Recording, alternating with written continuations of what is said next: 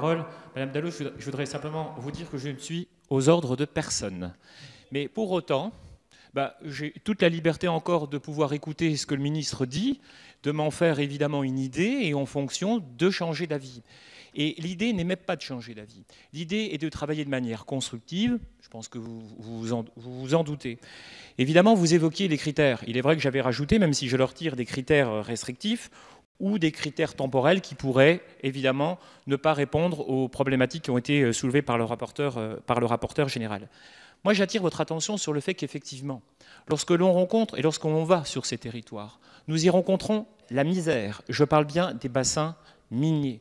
C'est la misère que nous rencontrons. Lorsque nous rentrons dans des communes, ma collègue est juste à côté de moi, d'une commune qui s'appelle Bouligny, une commune assez importante. Sur la rue principale, vous y voyez des portes, des fenêtres murées. Vous allez sur des territoires comme Auboué, où vous rentrez dans des maisons, j'y suis allé il y a une quinzaine de jours, où vous rentrez et vous avez un dénivelé de 20 cm dans une pièce qui fait 4 mètres. Et vous avez des gens qui vivent là depuis 15 ans. C'est la raison pour laquelle je profite justement de ces tribunes pour dire que la réforme du code minier est importante. J'ai demandé la création d'un groupe de travail au sein de l'Assemblée nationale. Je pense même qu'une mission ministérielle est nécessaire. C'est la raison pour laquelle, encore une fois, je ne suis aux ordres de personne, mais je pense qu'il est préférable de travailler de manière constructive et d'attendre justement que le ministre puisse se rendre sur place, on en a l'assurance, pour justement travailler ces sujets. Merci. Je mets donc aux voix ces amendements identiques.